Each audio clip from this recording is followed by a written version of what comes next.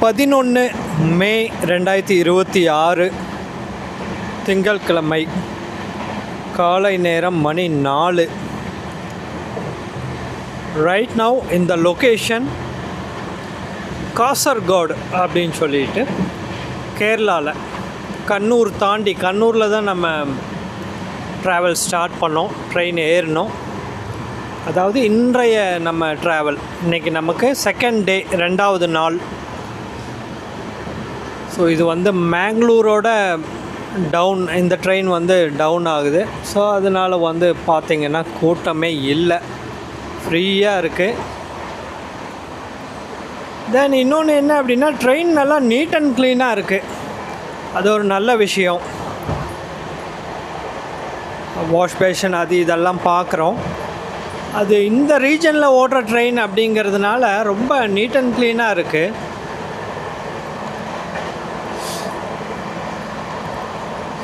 ஒரு typical Kerala train அப்படின்னு சொல்லலாம்.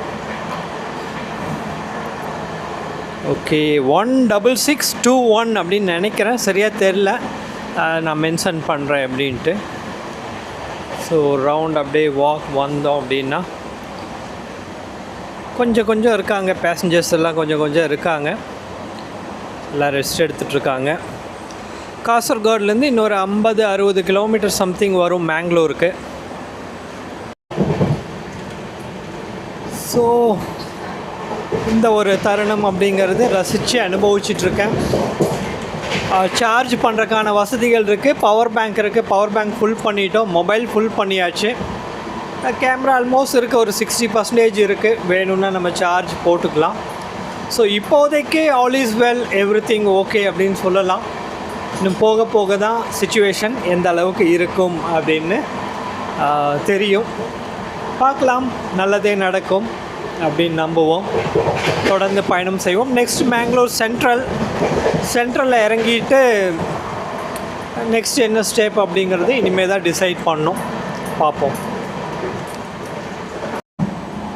இந்த ஒரு தருணம் அப்படிங்கிறது நான் ரொம்ப ரசித்து அனுபவிச்சிட்ருக்கேன். என்ன காரணம் அப்படின்னா, நேற்றெல்லாம் பஸ்ஸில் தான் ட்ராவல் பண்ணேன். அந்த நேரத்தில் ரொம்ப அன்ஈஸியாக இருந்தது. ஏன்னா கூட்டம், ஒரு ஹைடெக்கான வாழ்க்கை, பரபரப்பான ஒரு வாழ்க்கை, அதெல்லாம் ரொம்ப அன்ஈஸியாக இருந்தது. இப்போ வந்து ரொம்ப இந்த தனிமை ரொம்ப நல்லா இருக்குது. மேங்களூர் போயிட்டு அங்கே பெருசாக ஒன்றும் அனுபவம் எடுக்க போகிறதில்ல. அப்படியே கொஞ்சம் நேரத்தில் அப்படியே முடிஞ்ச வரைக்கும் வெளியே போகிறக்கான ஸ்டெப்ஸ் எடுத்து அப்படியே வெளியே போயிடுவோம், பார்க்கலாம். தென் வேறு என்ன, மேங்களூர்லேருந்து எங்கே ஷிமோகா அந்த லைனில் போகலாம் அப்படிங்கிற ஒரு ஐடியா இருக்குது. கனெக்டிவிட்டி எந்த அளவுக்கு கிடைக்கிது அப்படின்னு சரியாக தெரியல, போய் பார்த்தா தான் தெரியும். பார்ப்போம், நல்லதே நடக்கும் அப்படின்னு நினைக்கிறேன். இதுக்கப்புறம் ஒரு தனிமை கிடைக்கும் அப்படின்னு எதிர்பார்க்குறேன், பார்க்கலாம், கிடைச்சா நல்லா இருக்கும். மணி 6:40. மேங்களூர் சென்ட்ரல் ரயில்வே ஸ்டேஷன்லேருந்து அப்படியே நடந்து வெளியே வந்துட்ருக்கோம். ஒரு 1/2 கிலோமீட்டர் தான் இப்போ க்ராஸ் பண்ணியிருப்போம். ஸோ இது வந்து கொஞ்சம் மேங்களூரோட இன்ஃப்ராஸ்ட்ரக்சர் அப்படிங்கிறது கொஞ்சம் வித்தியாசமான இடம். இதை விட்டு வெளியே போனோம்னா எல்லாம் திக் ஃபாரஸ்ட்லாம் நிறையா இருக்குது. அதனால நம்ம வாக்கிங் ஜேர்னி மாதிரி போகிறது, ஒரு பாத யாத்திரை மாதிரி போகிறது எந்த அளவுக்கு பாசிபிள் அப்படின்னு தெரியலை. ஸோ இப்போதைக்கு என்ன பண்ணுறோம் அப்படின்னா, கேஎஸ்ஆர்டிசி பஸ் ஸ்டேஷன் பார்த்து போகிறோம். அங்கே போயிட்டு ஷிமோகா அப்படின்னு சொல்லிட்டு ஒரு லொக்கேஷன் ஒன்று இருக்குது, கர்நாடகாவில் ஒரு சிட்டி இருக்குது. அது இங்கேருந்து 195 கிலோமீட்டர் அப்படின்னு சொல்கிறாங்க, கூகுள் மேப்ஸில் செக் பண்ணோம். ஸோ அது எப்படி இருக்குது அப்படின்னு பார்க்கலாம். ஆல்ரெடி ஷிமோகாலாம் போனது தான். அங்கே போயிட்டோம் அப்படின்னா கொஞ்சம் அந்த ஆன்மீக ஸ்தலங்கள் அது இதெல்லாம் நிறையாவே இருக்கும். அதனால் நமக்கு சோலோ வாக்கிங் போகிறது ரொம்ப ஈஸியாக இருக்கும், தொந்தரவு இல்லாமல் இருக்கும்.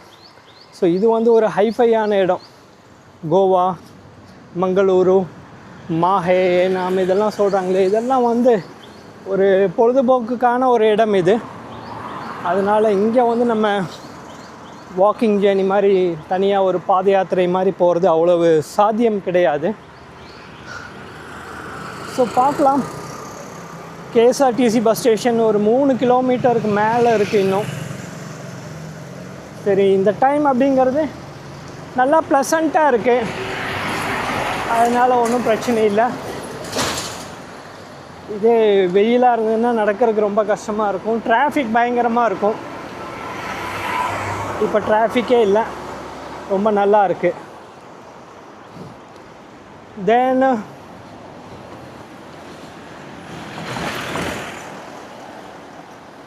நம்ம ட்ரெயின்லேருந்து வந்து இறங்கின இந்த டைம் அப்படிங்கிறது ரொம்பவே ஒரு நல்ல மேட்சிங்கான ஒரு டைம். காலை நேரத்தில் ஒரு புதிய ஊர், அதுக்கு வந்து அப்படி புதுசாக இறங்கும்போது, புதிய ஊர்னால் எல்லாம் பரிச்சயமான இடம்தான், பட் பயணத்தில் ஒவ்வொன்றும் புதுசு இல்லையா?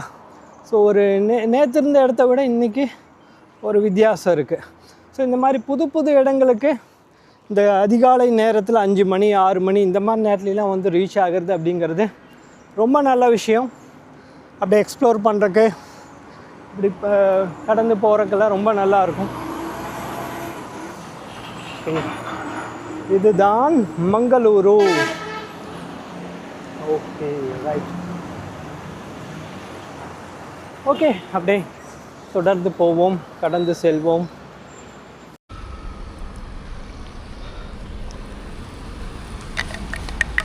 இந்த வீதிகளுடைய அமைப்பெல்லாம் ரொம்ப வித்தியாசமாக இருக்குது, நல்லா இருக்குது. கிட்டத்தட்ட பாம்பேவோட கொஞ்சம் ஒத்து போகுது அப்படின்னு சொல்லலாம். மும்பை அப்படின்னு நவீன காலத்தில் சொல்கிறோம் இல்லையா, இந்த மும்பை நகரத்தோட கொஞ்சம் மேட்சிங் ஆகுது. இந்த பில்டிங்ஸ் ஆகட்டும், தென் இந்த ரோடும் பிளாட்ஃபார்மும் அப்படியே அட்டாச் ஆகி அப்படியே அங்கே நிறைய குப்பைகள்லாம் இல்லாமல் அப்படியே கொஞ்சம் சுத்தமாக இருக்கும். ஸோ இதெல்லாம் பார்க்கும்போது அந்த மும்பை நகரத்துக்கு உரிய ஒரு லுக் கிடைக்குது. இந்த பாரம்பரியமான பழைய பில்டிங்.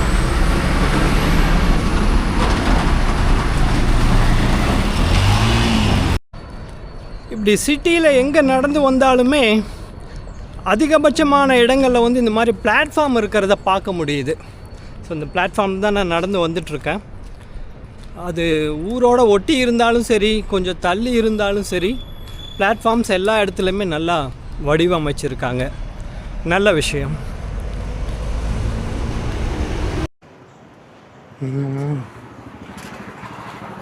சிட்டிக்குள்ளே இப்போ வரைக்கும் பார்த்தா கேஎஸ்ஆர்டிசி பஸ் எதுவும் கண்ணுக்கு படலை. இங்கே ப்ரைவேட் பஸ்ஸஸ் மட்டும்தான் இங்கே ரன்னிங்கில் இருக்கும் அப்படின்னு நினைக்கிறேன். ஒரு குறிப்பிட்ட இடத்துல அந்த பஸ் டெர்மினல் வச்சுருப்பாங்க, கேஎஸ்ஆர்டிசிஓ டெர்மினல். அங்கேருந்து அப்படியே அவுட்டர் ஏரியாவோட கனெக்ட் ஆகிடும் அப்படின்னு நினைக்கிறேன். பார்க்கலாம். இப்போ கூட ப்ரைவேட் பஸ்ஸஸ் தான் போகிறது. ஆனால் பஸ்ஸஸ் நிறையா இருக்குங்க, நிமிஷத்துக்கு ஒரு பஸ் இருக்குது. காலையில் இந்த டயத்துலேயே நல்லா பரபரப்பாக பஸ் எல்லாம் ரன் ஆக ஆரம்பிச்சிருச்சு. தென் ஆட்டோஸ் நிறையா இருக்குது, ஆட்டோ ரிக்ஷா கேட்டுகிட்டே இருக்காங்க, வரீங்களா வரீங்களா அப்படின்ட்டு. அப்புறம் ரூம்ஸ், அது எல்லா ஊர்லேயும் இந்த தலைவலி இருக்கிறது தான். நமக்கெல்லாம் அது கட்டுப்படி ஆகாது. நம்மளே தனிமை விரும்பி பட்ஜெட்டில் ட்ராவல் பண்ணிகிட்ருக்கோம்.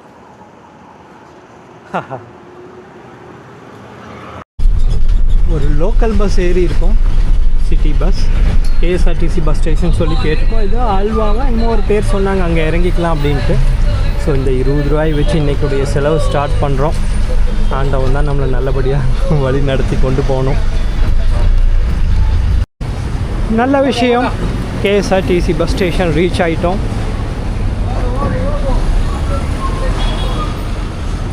இன்னும் முடிஞ்ச வரைக்கும் சீக்கிரமாக இங்கேருந்து வெளியே போகணும். இந்த மங்களூரு சிட்டியிலேருந்து வெளியே போகணும். இதெல்லாம் பரபரப்பான இடம், நமக்கெல்லாம் இது செட் ஆகாது. நம்ம ஏகாந்தத்தை தேடி போயிட்டுருக்கோம். பார்ப்போம்.